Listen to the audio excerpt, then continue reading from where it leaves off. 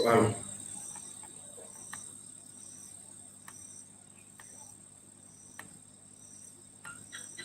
Tidak soal.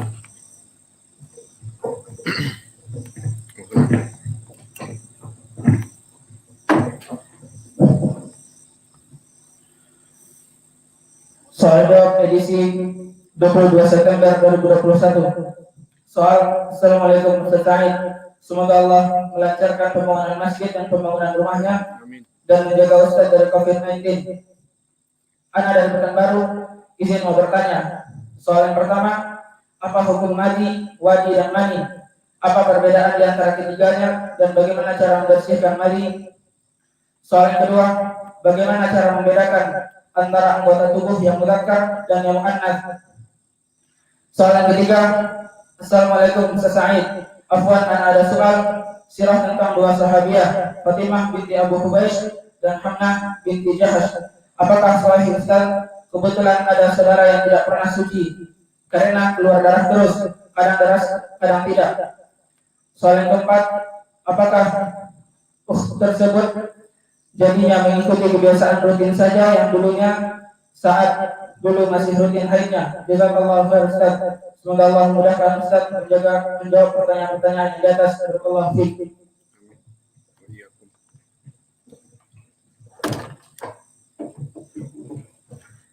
Bismillah. Untuk soal yang pertama yang dipertanyakan oleh saudara kita dari Pekanbaru tentang perbedaan al-madi dengan al-mani juga al-wadi. Maka ketiga perkara ini, barakallahu fikum, meskipun sama-sama keluar dari satu tempat, bagi laki-laki keluar dari Mr. P, bagi perempuan keluar dari Mrs. V, semuanya sama. Namun hukumnya di dalam fikih berbeda. Maka untuk pertanyaan yang pertama, apa itu al-madi? Didefinisikan oleh para ulama, al-madi adalah ma'un raqiqun syifafun luzaz yakhruju indal mula'abah au at-tadakkar. Maknanya disifatkan oleh para ulama bahwa dia adalah air yang bening dan juga yang raqiq, maknanya tidak kental. Dan dia itu agak sedikit lengket. Dan dia keluar, bedanya di sini dengan wadi dan dengan mani, dia keluar di saat foreplay. Nah, siapa yang tahu foreplay? Anak-anak, apa itu foreplay? Main bola, tahunya football. Maka di saat foreplay ataupun muqaddimah ataupun pembukaan bercumbu laki-laki dengan perempuan, maka biasanya akan keluar madi. Ini bagi yang punya istri. Kalau yang tidak punya, jomblo forever, maka dia mengingat, melihat, dan sebagainya seperti orang-orang yang berbuat onani yang buruk, maka dia mengingat, melihat sesuatu di HP-nya atau sebagainya, atau menghayal, maka di sini akan keluar juga madi. Maka inilah dari alamat yang pertama, madi. Dan madi ini juga untuk laki-laki dan juga untuk perempuan. Dan permasalahan madi, dia itu hukumnya bagaimana? Untuk permasalahan madi hukumnya, barakallahu fikum, dia itu adalah najis. Lalu bagaimana cara menghilangkannya dan bagaimana orang yang mengeluarkan madi? Maka pembahasannya tadi kita katakan madi itu adalah najis, itu ala rajih. Karena telah terjadi ikhtilaf di kalangan para ulama, seperti dinukilkan oleh Syekhul Islam Ibnu Taimiyah, bahwa telah terjadi ikhtilaf di kalangan para ulama Yang pertama, mereka mengatakan dia najis seperti kencing.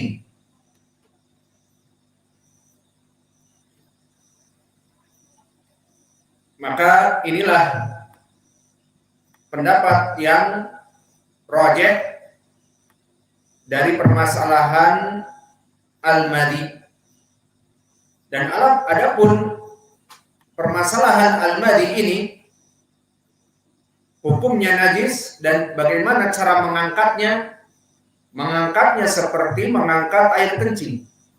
Air kencing diangkat dengan disiramkan air kepadanya. Mana dalilnya? Ingat hadis Al-A'rabi, Badu yang datang kepada Nabi di masjid. Hadis ini muttafaqun alaih dari Anas. Di saat dia sampai fi ta'ifatil masjid, di pojok masjid, fabala, maka orang Badu ini kencing di dalam masjid. Fazajarahun nas, maka seluruh para sahabat ribut, ingin menggusurnya, menangkapnya, dan seterusnya. Apa yang diucapkan oleh Nabi? Da'hu, biarkan dia sampai selesai. Maka setelah selesai, Nabi mengatakan kepada orang ini, inna hadal masjida lissalah wa qiraatil Qur'an fala yasluhu lidzalik. Bahwa sungguhnya masjid ini adalah bukan WC, bukan toilet. Masjid ini suci.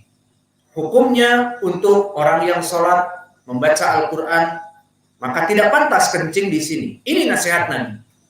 Dan kemudian yang menjadi poin adalah amar Rasulullah SAW bidalwin min ma.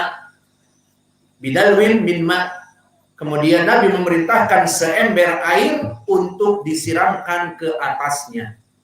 Maka di sini menjadi pendalilan bahwa air itu disiram dengan air hilang, baik air kencing yang tercecer di lantai dan sebagainya, ataupun yang terkena pakaian kita, ataupun yang terkena anggota badan kita. Di saat kita kencing tercecer, maka tinggal dibasuh dengan air, disucikan dengan air. Maka ini wajah pendalilan dari hadis Anas. Dan begitu pun tentang permasalahan orang yang madhi. Maka telah datang hukum madhi dari sahabat yang agung Ali radhiyallahu anhu, yang merupakan seorang yang bertanya kepada Nabi khusus tentang al-madhi. Diceritakan di dalam hadis yang muttafaqun alaih ini, kuntu rajulun madzaan. Apa maknanya madzaan? Kuntu rajulan madzaan. Maka rajulan di sini mansub dikarenakan khobar kana, dan madzaan sifat dari rajul. Bahwa dulu aku orang yang banyak keluar madhi. Seseorang yang banyak keluar madhi, seperti Ali radhiyallahu anhu, adalah seseorang yang mempunyai kekuatan di dalam berhubungan, karena dia mempunyai kekuatan yang sangat kuat sehingga banyak keluar madhi. Maka orang-orang yang mempunyai istri banyak ataupun biasa berhubungan dengan istrinya setiap hari, dia akan banyak keluar madhi. Karena memang madhi itu keluar tertumpah dikarenakan syahwatnya yang banyak. Dan ini adalah suatu keutamaan bagi laki-laki, sehingga dia bisa menikah 2, 3, 4. Seperti Allah berfirman, fankihu ma tabalakum minan nisa masna wa thulatsa wa ruba'. Nikahilah perempuan-perempuan itu 2, 3, 4. Dan juga di hadis yang diriwayatkan oleh Imam Al-Bukhari dari Ibnu Abbas, di saat bertanya kepada muridnya Ibnu Jubair, Sa'id Ibnu Jubair, hal tazawwaj, apakah kamu telah menikah? Dikatakan la, tidak. Maka nikahilah perempuan-perempuan yang banyak. Fa inna khairukum aktsarukum nisaan. Karena sebaik-baiknya kalian kaum muslimin yang paling banyak istrinya. Maka di sini Ali radhiyallahu anhu berkata, kuntu rajulan madzaan. Madzaan sighah mubalaghah dari ismun fa'il, orang yang banyak keluar madhi. Maka Ali radhiyallahu anhu banyak keluar madhi. Fa amartu rajulan an yas'ala Nabi sallallahu alaihi wasallam limakani ibnatihi, maka aku menyuruh seseorang untuk bertanya. Ali malu bertanya kepada Nabi, kenapa disebutkan ilahnya, disebutkan sebabnya limakani ibnatihi, karena aku menikahi putrinya. Malu dia mengatakan aku rajulun madaan, mempunyai syahwat yang tinggi, bisa membahagiakan istrinya. Maka aku malu, aku perintah seseorang untuk menanyakan perkara ini. Lihat bagaimana agama Islam ini agama yang clear, transparan. Perempuan bertanya tentang haid, laki-laki bertanya tentang madi. Karena agama ini adalah agama yang fitrah, tidak menyelisihi kehidupan manusia. Sehingga dari sini diambil hukum. Kalau tidak ada yang bertanya tentang madi, mani, wadi, haid, nifas, maka bagaimana menghukumi perkara-perkara ibadah yang berhubungan dengan ini? Maka dijawab oleh Nabi, wagsil zakarok. Kalimat dua ini mempunyai hukum yang banyak. Pertama, tawaddu. Dari sini menjadi pendalilan bahwa orang yang keluar madi batal wudunya. Makna tawaddu di sini perintah Nabi untuk bertawaddu, berwudu, maknanya apa? Jika dia mempunyai wudu, kemudian melihat sesuatu di HP-nya, kemudian terangsang, kemudian keluar air. Dia nunggu isya, maka tidak boleh sholat isya harus wudu lagi. Paham tuh? Siapa yang biasa bawa HP? Hati-hati. Maka di sini hukumnya adalah pembatal wudu dengan keluarnya madi, berarti dia sama seperti kencing. Dan yang kedua, wabsil dzakarok. Di sini hukum yang kedua faedahnya apa? Yang terkena madi tersebut akan najis seperti kencing. Maka cuci Mr. P yang ada madinya, dan perempuan pun keluar madi. Begitupun dicuci. Dan jika terkena pakaian dalamnya, maka dicuci karena najis. Maka di sini dua hukum. Pertama, pembatal wudu, dan yang kedua agar dicuci yang terkena madi tersebut. Hadis ini muttafaqun alaih dari Ali radhiyallahu anhu, dan lafaz yang kami baca lafaz Ali. Kami sebutkan tadi lafaz Ali. Maka ini hukum dari permasalahan madi. Dan hukum yang kedua tentang permasalahan al-wadi. Ataupun apa definisi al-wadi?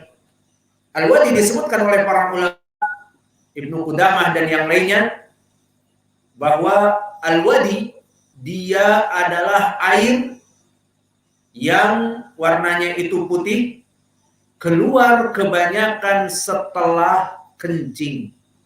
Maka laki-laki yang kencing sebaiknya agar duduk. Ini nasihat pertama sesuai dengan hadis Nabi yang banyak bahwa Nabi kencing dalam keadaan duduk. Meskipun ada riwayat dalam keadaan berdiri, yang rajih dalam peperangan, dan yang lebih baik duduk.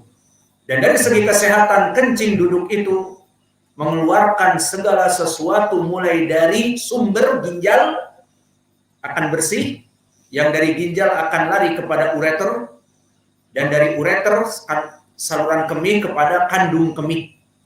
Maka di kandung kemih itu di saat orang jongkok, dia akan tertekan, kemudian mengeluarkan seluruh isi dari kandung kemih tersebut. Adapun jika dalam keadaan berdiri tidak tertekan, kurang. Dan begitupun yang kencing sambil duduk di tempat toilet yang duduk, apa namanya? Tempat toilet yang duduk, bahasa Arabnya FNG. Maka seperti di tempat-tempat bandara dan sebagainya, maka itu pun kurang keluar.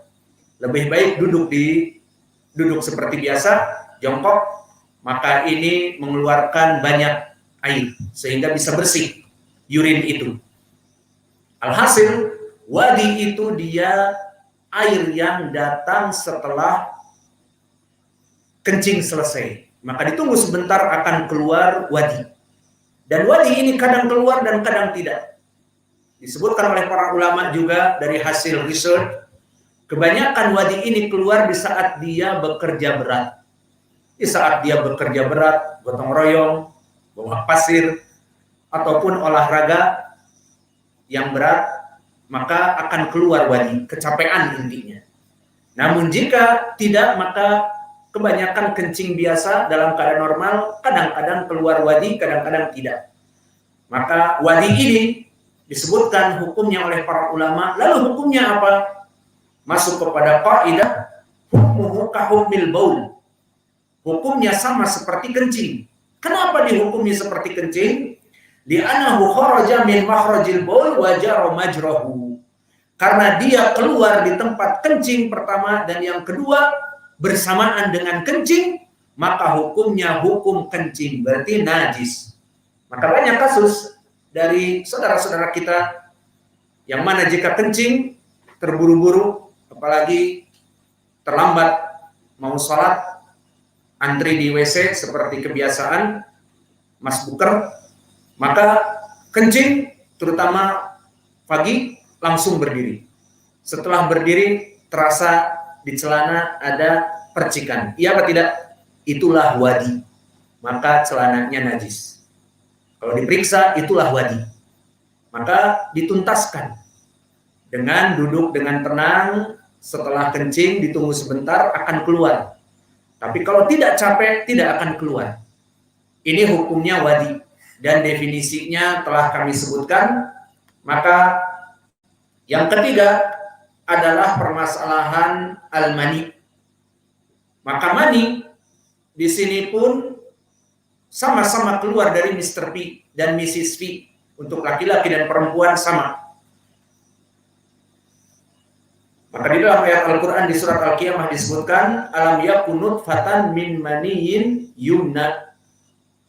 Maka mani itu datang dari laki-laki dan perempuan. Dan alamatnya dia adalah bedanya dengan madi dan bedanya dengan wadi. Kalau tadi madi, dia itu air yang bening dan tidak kental. Dan keluar di saat bercumbu, foreplay, ataupun menghayal bagi para jomblo. Adapun mani, di sini tidak akan keluar hanya cukup menghayal. Dan juga tidak akan keluar hanya cukup dengan melihat dan sesuatu, tetapi dia akan keluar dengan tadafuk. Mana tadafuk adalah keluar dengan hasil kerja keras dan akan mencapai klimaks. Barulah dia akan keluar. Berbeda dengan madi. Madi hanya sekedar terangsang akan keluar. Maka definisi mani adalah ma'ur rajul aul mar'ah yang ghalid ad-dafi' alladhi yakhruju inda istidadu syahwah, yang mana dia keluar sebagai haid inaf dari syahwatnya. Ini perbedaan antara mani dengan madi dan dengan wadi. Maka dia itu keluar dengan ada rasa kelezatan dan dia keluar sebagai haid inaf.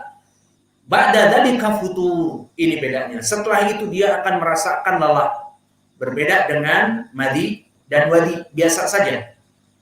Maka di sini hukumnya jelas berbeda dengan keduanya.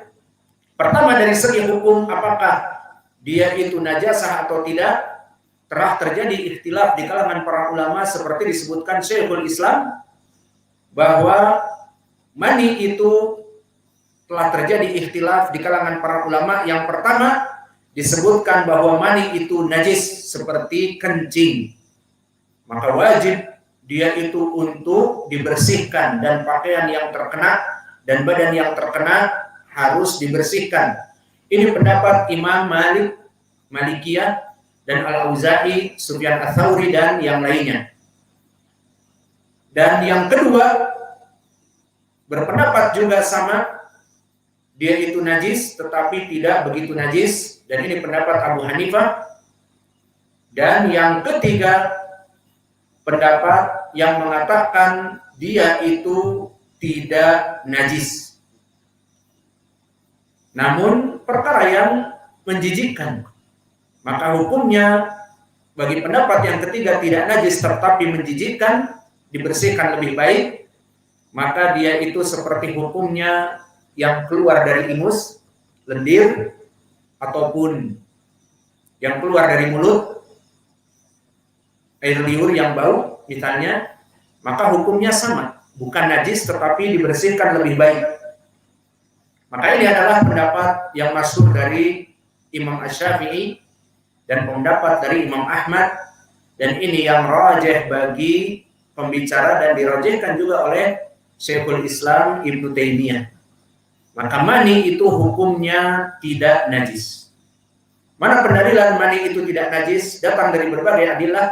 Pertama diriwayatkan oleh Imam Muslim dari Alqamah dan Al-Aswad, yang keduanya adalah tabi'i, bahwa keduanya datang kepada Aisyah dan mengatakan fa asbaha yaghsilu thawbahu, bahwa keduanya ataupun seseorang dalam keadaan keluar mani, tentunya berhubungan dengan istri, kemudian memakai pakaiannya atau terkena pakaiannya, maka dicuci. Faqalat Aisyah inna makana yuzi'uka an ra'aitahu an tagsila makana fa in lam tara nadahta hawla walaqad ra'aituni afruquhu min thawbi Rasulillah sallallahu alaihi wasallam farkan fayusalli fihi. Maka kata Aisyah, mani itu tidak mesti seperti yang kalian lakukan, dicuci dengan bersih, digosok terus menerus, tidak. Karena hukumnya bukan najis, dan ini fikihnya Aisyah. Tidak perlu seperti itu, cukup dengan diberikan di atasnya air, diusap kalau memang dia itu masih berlendir, diusap. Dan disebutkan bahwa dulu aku afruquhu min thawbi Rasulillah, dulu aku mengerik. Di sini disebutkan oleh para ulama ada bekas dari pakaian Nabi setelah berhubungan intim menempel di pakaian Nabi. Maka kata Aisyah, aku mengeriknya dan Nabi mengetahuinya, fayusalli fihi, dan Nabi melaksanakan sholat dengannya. Maka makna hanya dikerik karena kering, dan di riwayat yang lain disuci, dibasuh saja, maka itu sudah cukup. Maka hadis ini diriwayatkan oleh Imam Muslim di saat Aisyah Nabi masih hidup, didapati maninya Nabi dalam keadaan kering, hanya dikerik saja. Maka Nabi sholat padanya dan Nabi tahu ini menandakan bukan. Dan pendalilan yang lain diriwayatkan oleh Imam Ahmad dari Abdullah ibni Ubaid ibni Umair dari Aisyah, karena Rasulullah sallallahu alaihi wasallam di pakaiannya itu ada mani yang kering, wa yaquhu min thawbihi yabisan tsumma yusalli bih. Maka Nabi mengeriknya di saat sudah kering, kemudian Nabi sholat padanya. Maka riwayat Imam Ahmad ini dari Aisyah datang dari jalan Abdullah bin Ubaid bin Umair, dan dia dalam keadaan majhul ataupun tidak mendengar dari Aisyah. Kesimpulannya dari dua riwayat ini bisa naik kepada derajat yang sahih. Maka dari penjelasan ini kita mengetahui apa perbedaan madhi dan apa perbedaan mani, yang mana perkara-perkara ini adalah perkara-perkara yang sudah jelas. Kami jelaskan tadi pendalilannya. Maka selesailah dari pertanyaan yang pertama. Kemudian kita masuk kepada pertanyaan yang kedua. Pertanyaan yang kedua yang berhubungan dengan pelajaran kita di saat kita belajar muhadatsah, di mana di pelajaran kita